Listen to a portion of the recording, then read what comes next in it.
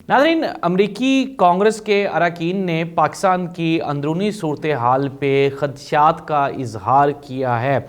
उन्होंने जो बाइडन को एक ख़त लिखा जिसमें चेयरमैन पाकिस्तान तहरीक इंसाफ इमरान खान का भी जिक्र है। क्या अमेरिकन कांग्रेस के अरकान इमरान खान की कोई मदद कर पाएंगे या फिर ये जस्ट एक उनकी तरफ से एक रस्मी कार्रवाई है?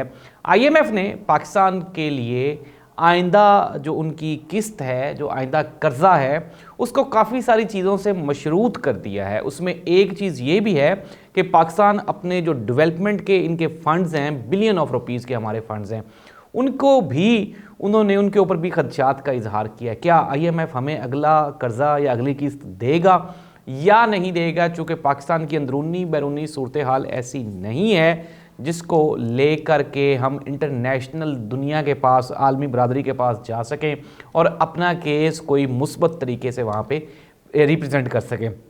देखना ये होगा कि आया कि केयर टेकर गवर्नमेंट, जो कि आपको पता है कि आपकी तरजीहात आपको बता रही होती हैं कि आप किस काम में सक्सेसफुल हो सकते हैं और किस में नहीं। वक्ती तौर पे तो नहीं लगता, लेकिन हालात आगे देखना होंगे कि क्या होने वाले हैं, क्या इंटरनेशनल प्रेशर काम करता है या नहीं करता।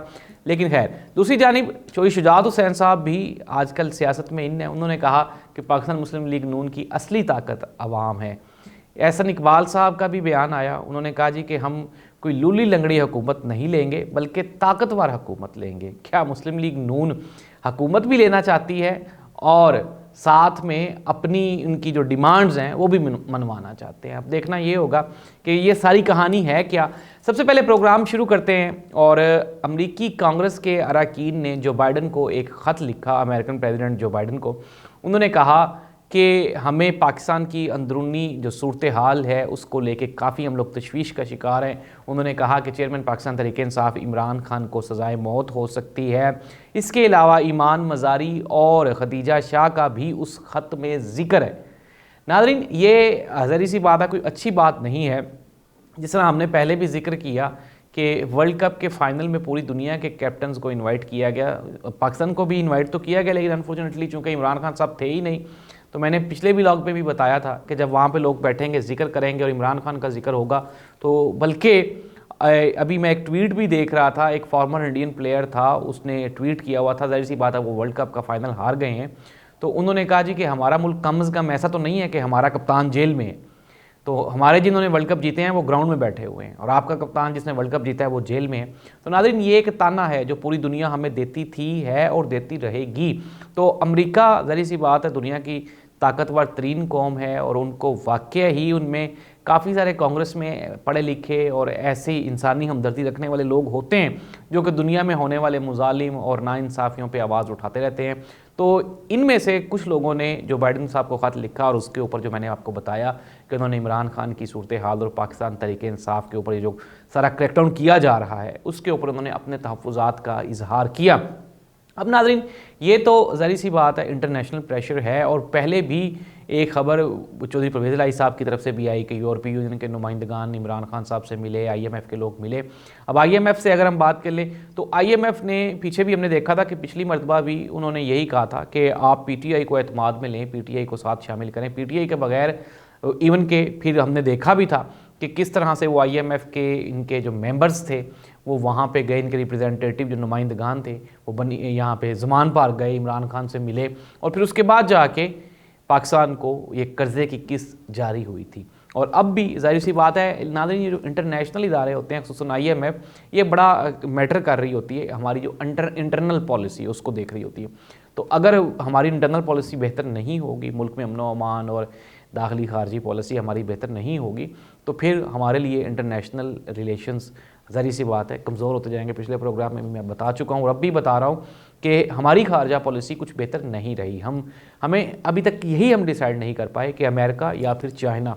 तो दुनिया बहुत आगे तेज़ी से जा रही है, हम अभी तक अपने अंदरूनी मसाइल और खुसूसन PTI और इमरान खान से ही नहीं बाहर निकल रहे, तो किस तरह से आगे बढ़ेंगे? IMF ने पाकिस्तान को अगले किस्त की जो कर्ज़ की जो किस्त है उसको मशरूत कर दिया है कि वो अब हमारे जो डेवलपमेंट के फंड्स हैं उनको भी IMF ऑब्ज़र्व करना चाहता है, देखना चाहता है, उनको भी चेक करना चाहता है और उनकी डिमांड है कि उनको कम किया जाए। बिलियन ऑफ रुपीज़ के हमारे डेवलपमेंट फ़ंड है। नादरीन, इसी तरह से ये एक बड़ा मुश्किल फ़ैसला होगा आने वाले दौर में अगर मुस्लिम लीग नून की हुकूमत कायम हो जाती है, क्योंकि मुस्लिम लीग नून मशहूर है कि ये अमूमन डेवलपमेंट्स के ऊपर बहुत काम करते हैं। तो इस मरतबा तो IMF कर्ज़ा भी नहीं दे रहा, तो फिर ना ही तो कोई डेवलपमेंट होगी और महंगाई भी आपको पता है ये ऊपर ही ऊपर जाएगी। एहसन इकबाल साहब ने कहा जी कि सादा अक्सरियत भी नहीं, वाज़ेह अक्सरियत के साथ हमें हुकूमत दी जाए। पाकिस्तान की सियासत में ऑलरेडी जो नमूने थे उनको ख़त्म किया जाए, उनको हटाया जाए। यानी कि ये एहसन इकबाल साहब ने, ये मुस्लिम लीग नून की पूरी जमात की ये डिमांड है। मरियम औरंगज़ेब साहबा ने भी प्रेस कॉन्फ्रेंस की, एहसन इकबाल साहब भी हैं, जावेद लतीफ़ साहब भी ये कहते रहे हैं, ख्वाजा साद रफ़ीक साहब भी कहते हैं, राना सनाउल्लाह साहब का भी बयान हमने आपको पिछले प्रोग्राम में बताया। तो मुस्लिम लीग नून की ये डिमांड है कि वो पंजाबी में एक कहावत है, कहते हैं कि चौपड़ी तो फिर दो दो, यानी कि हमें हुकूमत भी दी जाए और साथ में हमें स्ट्रेंथन भी किया जाए, मजबूत भी किया जाए। तो नाज़रीन, आपके साथ अवाम तो है नहीं, आपके साथ लोग तो खड़े नहीं हुए, पाकिस्तानी कौम तो आपके साथ खड़ी नहीं हुई। तो ऐसी लुल्ली लंगड़ी हुकूमत और फिर आप कह रहे हैं कि जी हमें मजबूत भी किया जाए। कुछ लोगों का ये कहना है कि आसिफ अली जरदारी साहब की मुलाकात हुई है एक बड़ी शख्सियत के साथ, और उसमें उस शख्सियत ने कन्विंस करने की कोशिश की है आसिफ अली जरदारी साहब को कि आप मियाँ साहब के ऊपर एतमाद का इजहार करें और मुस्लिम लीग नून और पीपल्स पार्टी दोनों को मिला के हम एक मखलूत हुकूमत बना देते हैं। लेकिन ऐसी भी कोई सूरत हाल समझ से बाहर है, क्योंकि जब तक छोटी जमातें आपके साथ शामिल नहीं होंगी, 5-5, 6-6 जो सीट्स वाली जमातें हैं, जैसे कि ये आप इस्तेकाम पाकिस्तान पार्टी है, खटक ग्रुप है, और भी जमातें हैं, अगर ये सारी की सारी हुकूमत में शामिल नहीं होंगी तो इट मीन्स दैट कि ये बड़ा मुश्किल होगा। सोहेल वड़ाइच साहब ने ये कहा कि ये पीपल्स पार्टी और नून लीग की मखलूत हुकूमत कायम करने की पेशकश की गई है, लेकिन जो हमारे ज़राए हैं उनका ये कहना है कि अगर गवर्नमेंट बनती है तो वो कौमी गवर्नमेंट ही बनेंगी, जिस तरह पीछे 14-15 जमातों की बनी। उसमें तमाम सियासी जमातें होंगी सिवाय PTI के, और PTI अकेली जब अपोजिशन में बैठेगी तो ये सबसे ख़तरनाक होगी उन 14-15 जमातों के लिए। और फिर आपको पता है कि अगली गवर्नमेंट वैसे भी 1.5 साल के लिए बनाई जा रही है, तो इट मीन्स दैट कि मुस्तकबिल इस मुल्क में, पाकिस्तान में, सियासत में वो PTI और इमरान खान का ही है, चाहे जितने भी लोग छोड़ जाएं। लेकिन इमरान खान हमने देखा था कि 22 साल तक तो एक वाहिद MNA की पार्टी होती थी पाकिस्तान तहरीक इंसाफ, और इमरान खान खुद ही होता था। फिर उसके बाद एकदम से जो बूस्ट मिला, तो अब तो जाहिर सी बात है लोग मुझसे पूछते हैं कि इमरान खान की रिकवरी कैसे मुमकिन है, ये तो मुमकिन ही नहीं। तो मैं उन्हें बताता हूँ कि भाई इमरान खान का अरूजो ज़वाल आपके सामने है। इमरान खान की अगर आप माजी की उनकी पोजीशन को देखें और अभी प्रेजेंटली देखें, तो इमरान खान जब एक पार्टी का पूरी एक MNA की पार्टी होती थी और एक ही MNA होता था और वो खुद इमरान खान होता था, तब भी इमरान खान की बात इन्फ्लुएंशियल होती थी। मुशर्रफ दौर में भी इमरान खान को मुशर्रफ साहब ने काफ़ी साथ रखने की कोशिश की और इमरान खान इन्फ्लुएंशियल भी था। फिर एक बंदा जो कि 3.5 साल तक पाकिस्तान का वज़ीर-ए-आज़म रहा है और अभी उसकी पॉपुलैरिटी सबसे ज़्यादा है, तो किस तरह से आप ऐसे बंदे को कंट्रोल कर सकते हैं, फिक्स कर सकते हैं, बिठा सकते हैं या खामोश कर सकते हैं? ये मुश्किल ही नहीं, नामुमकिन होगा। वो इमरान खान जो कि 10-20 लाख वोटों के साथ ख़तरनाक था, अब तो उसको अप्रोक्सीमेटली इस मरतबा भी, लास्ट टाइम भी और अब की मरतबा, इमरान खान को 2 से 2.5 करोड़ वोट लोग पसंद कर रहे हैं, जो कि वोटर्स हैं पाकिस्तान के, जिन्होंने वोट डालना है। एनालिसिस भी आपके सामने है। तो ऐसी सूरत हाल में इमरान खान को कंट्रोल करना मुश्किल ही नहीं, नामुमकिन है। अब देखना ये होगा आया कि जिस तरह की हमारी पॉलिसी, और फिर एक और सबसे बड़ी वजह भी है ना कि आवाम तो बेचारी उसके लिए तो कोई कुछ कर ही नहीं रहा। पिछली जो हमारी कौमी गवर्नमेंट थी, जो 14 जमाती कौमी इत्तेहाद था, वो भी कुछ नहीं कर पाया, आवाम तो पिसती रही। अभी केयर टेकर गवर्नमेंट है, तो केयर टेकर गवर्नमेंट भी कुछ भी नहीं कर पाई। कम से कम आप कोई अवाम को डिलीवर करेंगे तो अवाम के दिलों में से इमरान खान निकलेगा। अगर ऐसी सूरत हाल रही, महंगाई, बेरोज़गारी, मुफलसी, तो अमन मान की भी सूरत, फिर तो इमरान खान कहीं नहीं जा रहा, फिर तो इमरान खान इधर है, बल्कि ज़्यादा मजबूत हो जाएगा इमरान खान।